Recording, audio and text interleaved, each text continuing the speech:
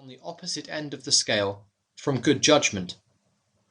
In other words, if we were to draw a line to represent the various degrees of creative ability and sound judgment, we would put great creativity at one end and sound judgment at the other. The better manager, when rated along this line, would be much closer to the good judgment end than to the creativity end.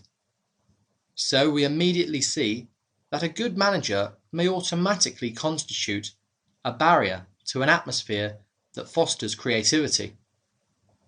Consequently, this is a real challenge to business leaders: how to combine a flow of creative new ideas with sound evaluation. Yet I feel that it is absolutely necessary to cultivate the idea atmosphere. If an organisation is to forge ahead day after day, business, just as art, needs a climate of open-mindedness and should not be wary of nonconformists or men who continually pose ideas that run contrary to our orthodox thinking. When a person is faced with a problem, it seems natural to fall back upon previous experience for answers. In most cases, judgment dictates what is most practical or what has worked in the past. This judgment is the end result of training, which has been instilled in the individual throughout most of his life. From the time the child is old enough to comprehend, he is taught to do what is best for himself and for others. He is trained to do the right thing. This, then, is the beginning of judgment. This process continues throughout his growth to maturity. What happens during this period when judgment is developing?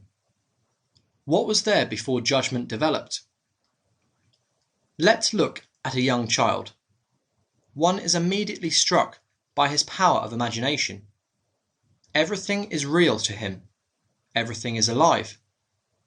The stick he picks up and aims is a gun.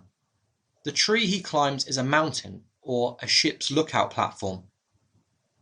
Imagination is tolerated in a child, but not always encouraged. As he grows older, he is impressed with the fact that his imagination, while a source of amusement, is often not practical. Thus we see that judgment may take the place of imagination completely, or that imagination will be used less and less as judgment is used more and more. Theoretically, this could lead to a person's having all judgment and no imagination. And don't we seem to run into those persons? Don't some people seem to rely entirely upon precedent and experience, and seem afraid to try a new slant?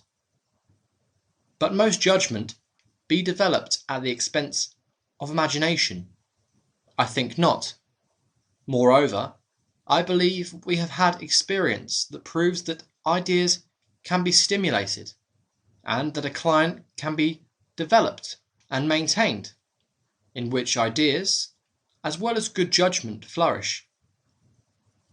We have drawn freely on all sources of research and information, and have reached these conclusions.